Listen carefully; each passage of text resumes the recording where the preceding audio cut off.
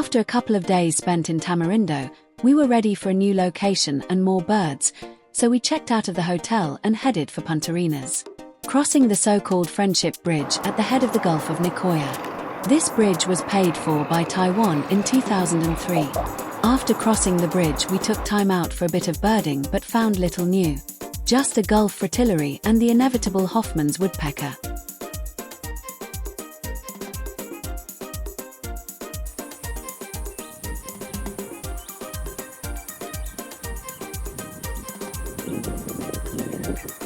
Heading south, we stopped at Playa Caldera for a leg stretch and a look at the Gulf of Nicoya, busy with cargo ships. We were aiming for Cerro Lodge, near Tarcoles, a place we had stopped on our last Costa Rica trip, back in 2019. We didn't have a reservation, but were relying on it being low season and there being rooms available. There were rooms. We booked one of their deluxe rooms with indoor bathroom for 3 nights, very comfortable. We headed back to the dining area to check out the feeders and say hello to our first scarlet macaws of the trip. Each time we returned to Costa Rica, there seemed to be more birds, a real success story for the revival of the species. Then we headed out to the access road. This is the real birding hotspot for Cerro Lodge, a long road passing through mixed habitats on its way down to the river. We would walk a short distance tonight to see what we could find. Turquoise-browed motmot bashing a caterpillar on a wire was an early sighting. The power lines also provided a perch for a great kiskadee, while a couple of Central American white-faced capuchins clambered through the trees by the roadside.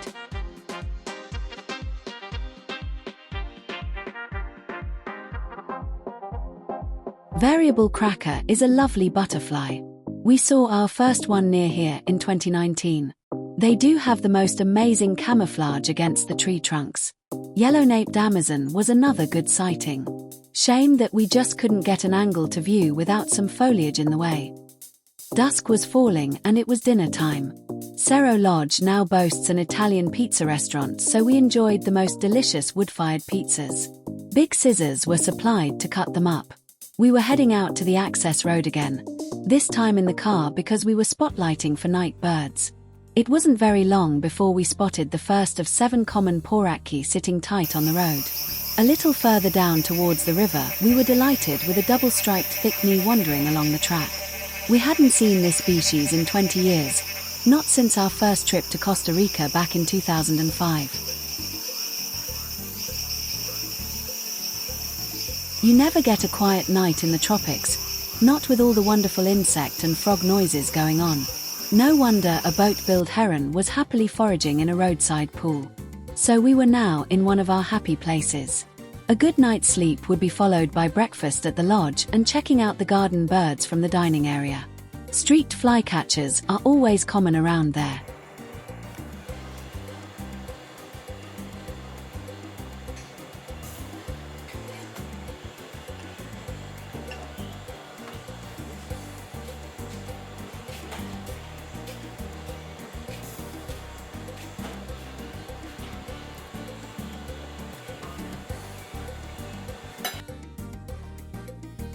The garden flowers were awash with butterflies, including this 3-spotted skipper. Another common garden bird was the Melodies blackbird. A white-winged dove wandered along the dining area balcony rail.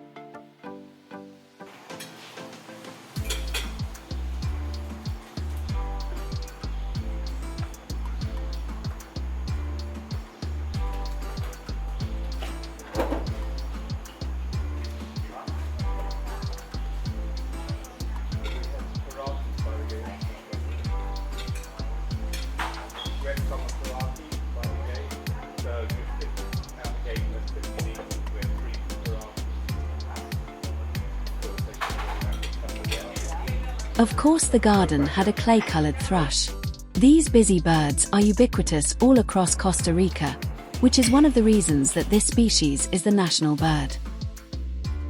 Another new butterfly species was the long-tailed skipper. But the real flash of color belonged to the Montezuma cattle heart. This interestingly named species never stopped still, rendering photography tricky. Hummingbird visitors included the charming cinnamon hummer.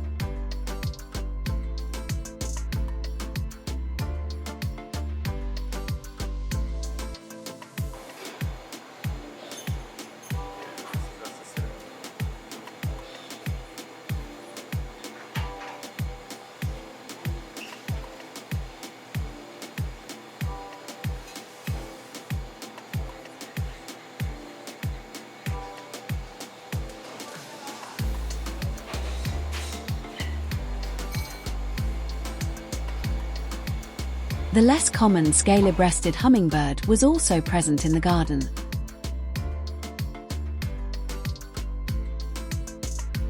After breakfast, we headed out in the car. The intention was to drive the access road down to the river, stopping at various places and seeing what we could find. At our first stop, we were delighted with a pair of bat falcons perched at the top of a bare twig.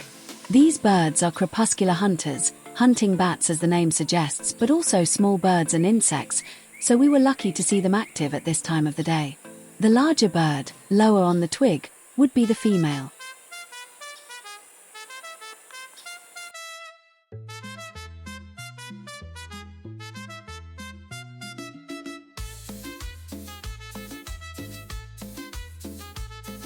Also close by, and presumably avoiding the falcons, was a dusky-capped flycatcher.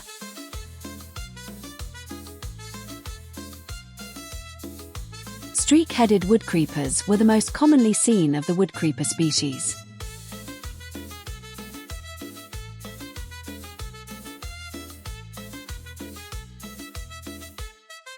This little bird was a bit of a puzzle when we first saw it.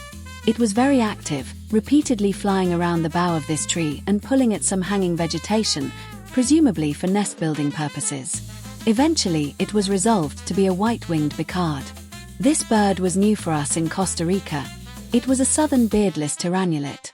It was very reluctant to come out from behind the branches.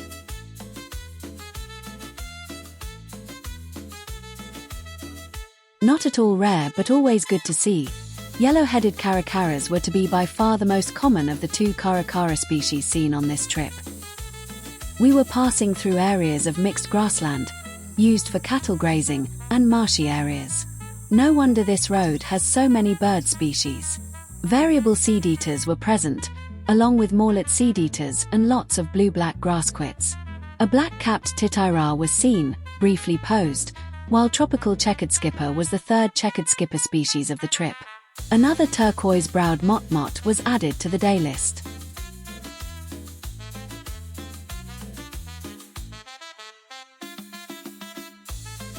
A couple more interesting butterflies, the subtler beautiful rounded metalmark and a dark-colored Saturnus skipper, were found in the grasses at the edge of the track. A rare sighting for this trip was this crested caracara foraging in a field. It was odd to think that the last time we saw this species was in Canada, a long-staying vagrant bird in Prince Edward Island.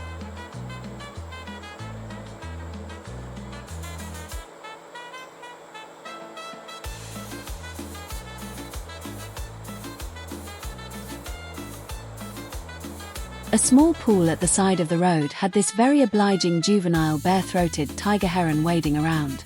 The car acted as a very successful bird hide. This bird would never have performed so well if we had come across it whilst on foot.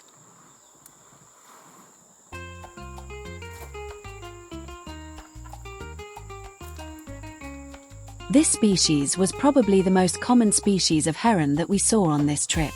Many of the individuals were juveniles, suggesting a good breeding season.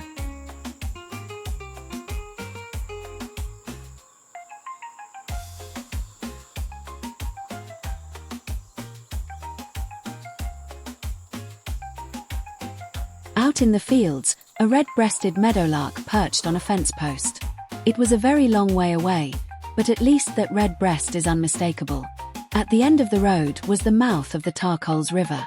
We came out at a small car park and reception building for eco-jungle tours, who run boat trips along the river, mainly looking for crocodiles. We, though, were happy to see a roseate spoonbill busily feeding in the shallows.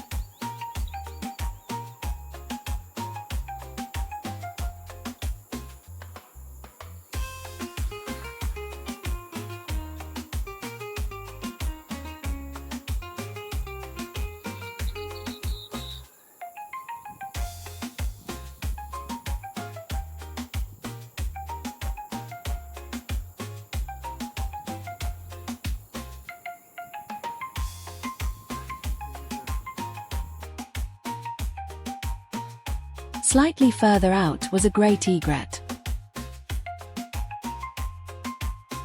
A metalled path led into the mangroves and we took a walk down it. It belonged to Eco Jungle Tours and led to their boats, moored on the riverbank. The mud below the mangroves was peppered with tiny holes, each holding a lesser Mexican fiddler crab. Only the males of these tiny but belligerent crabs sport the huge claw, which is used to fight their corner and impress the ladies. Size does matter in the fiddler crab world. In the meantime, the other tiny front claw is used for the less important business of feeding.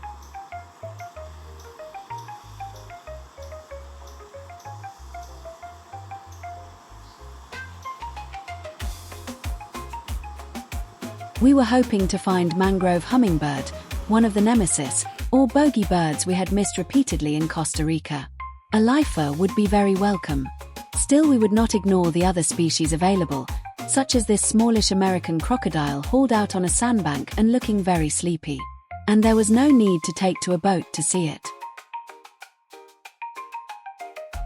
The commonest bird flitting around the thicker mangroves turned out to be Panama flycatcher.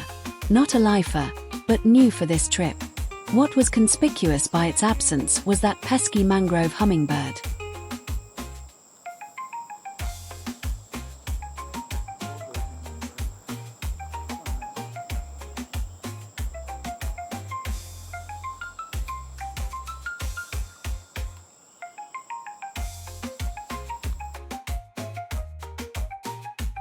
Between the bank and the boats was a feeding green heron. The mangroves shielded us from view, allowing us an excellent view of the bird and its foraging behavior.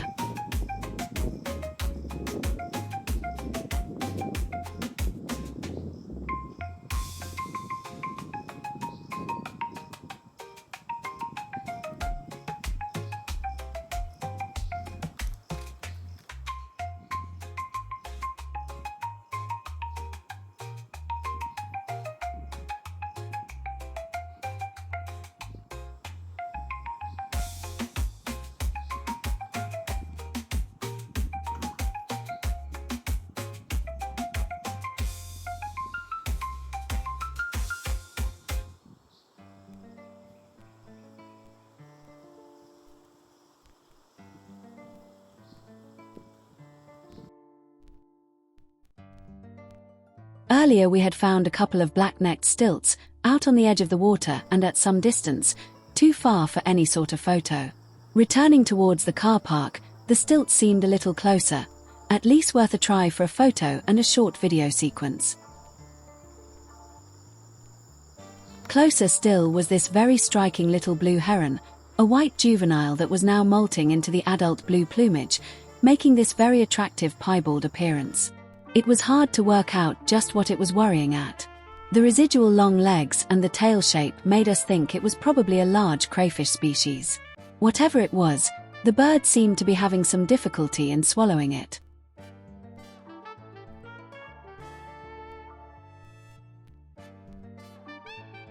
Back at the car park, a couple of Muscovy ducks flew in and landed in the marsh in front of us.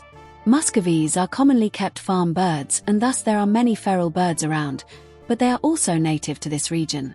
Feral Muscovy ducks have variable plumage, usually with a lot of white, but these birds were very dark, having just a white patch on the wings. We think that they were wild.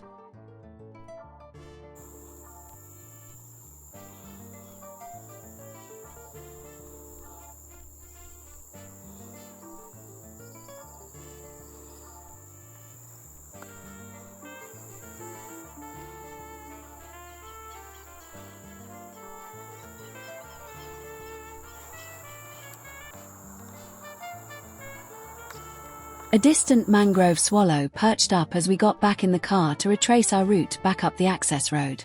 A common black hawk sat in the top of a bush. He hadn't been there on the way down.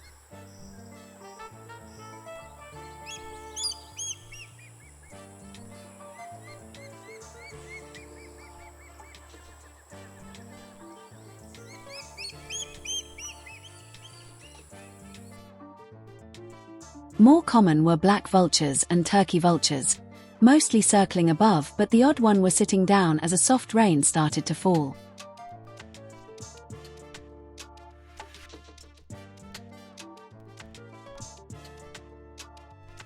The grassy verges here were home to great-crowned yellowthroats.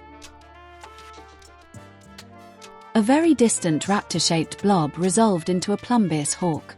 This really was a long way away, right at the back of the fields and on top of a low ridge. We saw it only because it was framed against the grey clouds. It was clearly its favourite perch, as we were to see it again in the very same spot later in the trip. Much easier was this yellow-headed caracara, perched right at the side of the track on the roof of a small shed and calling away. Or at least it was, until the video recording started.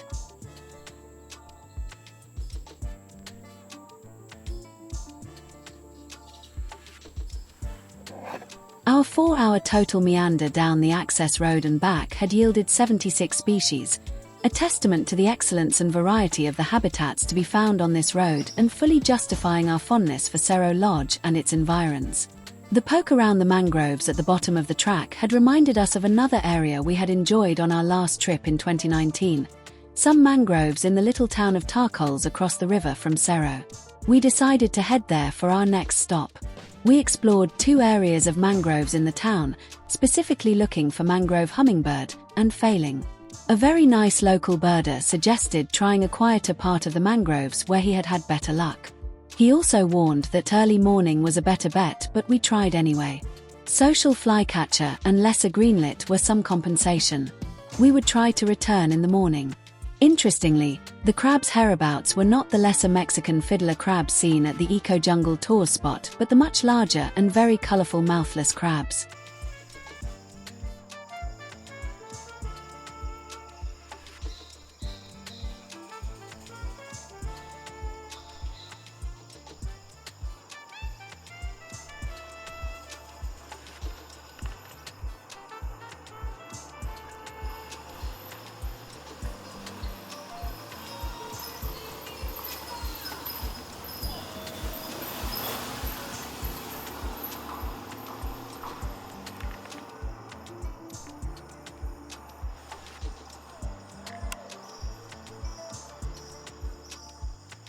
They can't actually really be mouthless. A small marsh was home to a whole load of black-bellied whistling ducks, splashing around in the water and perching on the fence posts.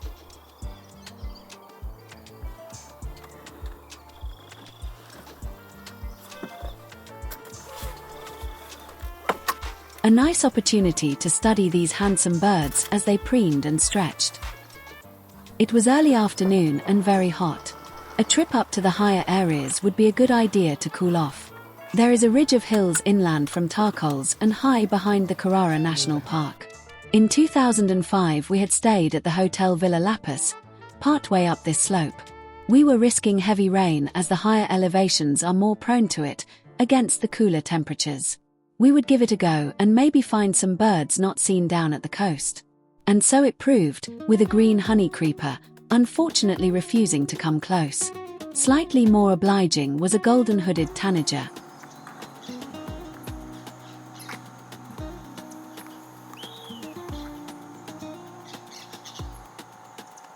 The light was pretty poor. It really did look like it was going to rain. Still we carried on, enjoying a yellow-bellied Alenia from a distance, and then from a little closer.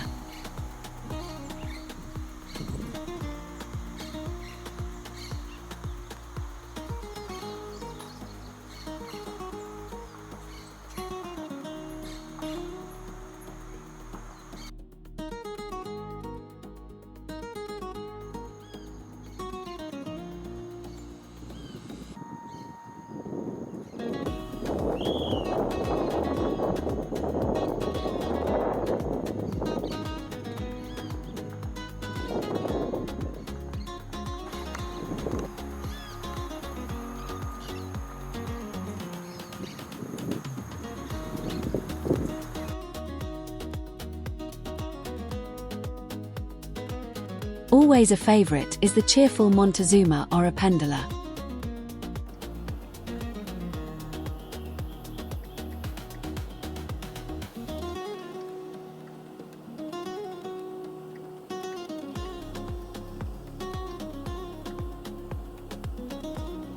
The weather was definitely closing in, and we were contemplating making our way down the steep and winding road when we spotted a yellow-throated toucan. That was definitely worth a closer look. It turned out not to be a single toucan. Instead, there were a steady procession of yellow-throated toucans making their way, one at a time, through the trees at the edge of the road. Great fun to watch.